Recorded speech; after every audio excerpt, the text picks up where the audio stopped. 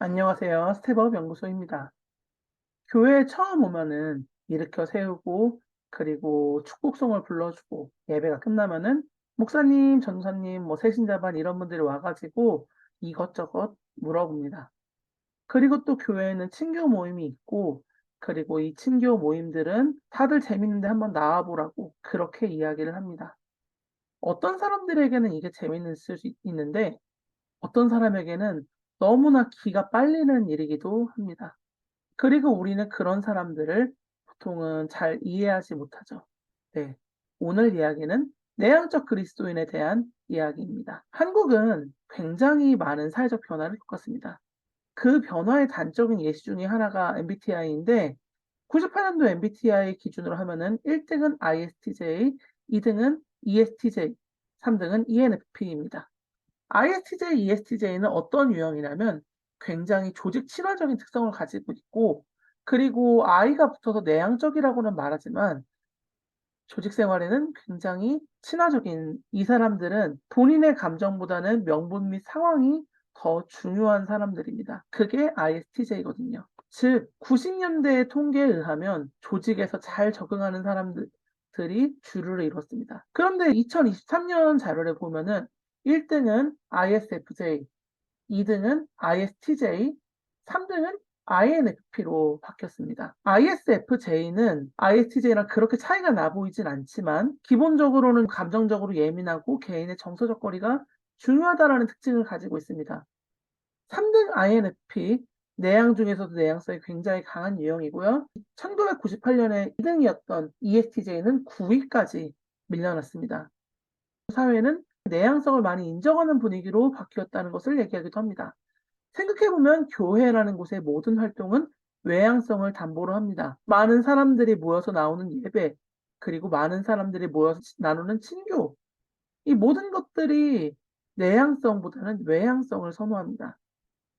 그런데 이게 현 시대에는 외향보다는 내향을 선호하는 사회로 바뀌었기 때문에 내향성을 가지신 분들은 교회가 불편하고, 문제는 교회 기성세대들이 젊은 분들을 이해하지 못한다는 데서 저는 오늘의 문제점을 찾고 싶습니다. 사회는 많이 바뀌었습니다. 그리고 사회는 내향성에 대해서 인정하고, 그리고 내향성을 선호하는 분위기입니다. 즉, 내향은 충분히 존재 가능한데 내향성에 대한 선호를 교회가 이해하지 못하고 따르지 못하고 있다라는 것을 얘기를 하죠. 어떤 사람에게는 교회 외향적인 활동들이 잘 맞을 수 있는데 어떤 사람들에게는 교회의 외향성이 너무 힘들고 너무 어려운 문제일 수 있습니다. 이런 사람들을 연구하고자 책을 하나 낸 게 있습니다. IBF에서 2022년에 발간한 내향적인 그리스도인을 위한 교회 사용 설명서라는 책이 있습니다. 이 책은 내향인의 필요성에 대해서도, 그리고 내향인이 할 수 있는 것과 내향인의 존중에 대해서 다룬 외국 번역서적입니다. 그러다 보니까 아쉬운 점도 한 두어 가지 있는데요. 첫 번째는 국내에 사례가 많지 않다는 거고, 그리고 두 번째는 한국 교회는 내향적 그리스도인에 대한 어떤 논의를 하기 이전에 내향인들의 존재, 존립이 가능한지에 대한 질문부터 먼저 해야 한다고 보고 있습니다. 왜냐하면은 어른들은 쉬고 싶다라는 말, 사람들과 함께 있으면 너무 피곤하다는 말, 그리고 교제가 누군가에게는 미치도록 스트레스일 수도 있다는 말을 이해하지 못하거든요. 그러다 보니까 내향인들은 점점 교회를 떠나고 설사 신앙 때문에 교회에 남아 있다고 하더라도 너무나도 힘든 시간을 보내고 있습니다. 뭐 힘들기만 하면 괜찮겠죠. 그거는 받아들일 수 있는 영역이니까요. 그런데 힘든 걸 넘어가지고 자꾸 부적절성을 느끼는 경우가 많습니다. 물론 이 부적절성이라는 것은 교회에만 국한되는 것은 아니고 일선 사회에서도 대인 관계를 잘하고 외향적으로 적극적으로 보여지는 사람들을 선호하니까 그런 부분에 대한 부적절감을 느낄 수는 있습니다. 하지만 그 부적절감이 옳다라고 말하면, 옳냐라고 질문한다면 저는 그거에는 절대로 동의할 수가 없을 것 같습니다. 왜냐하면은 외향과 내향은 기질의 문제이고, 그리고 외향과 내향은 기능의 차이이거든요.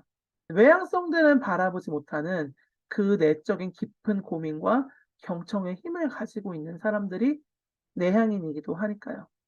즉 우리는 서로 다른 지체로서, 그리고 서로 다른 역할로서 함께 기능해야 하는데 교회는 그러지 못하고 있고 그리고 교회는 스테레오타입을 많이 권장하고 있는 현실입니다.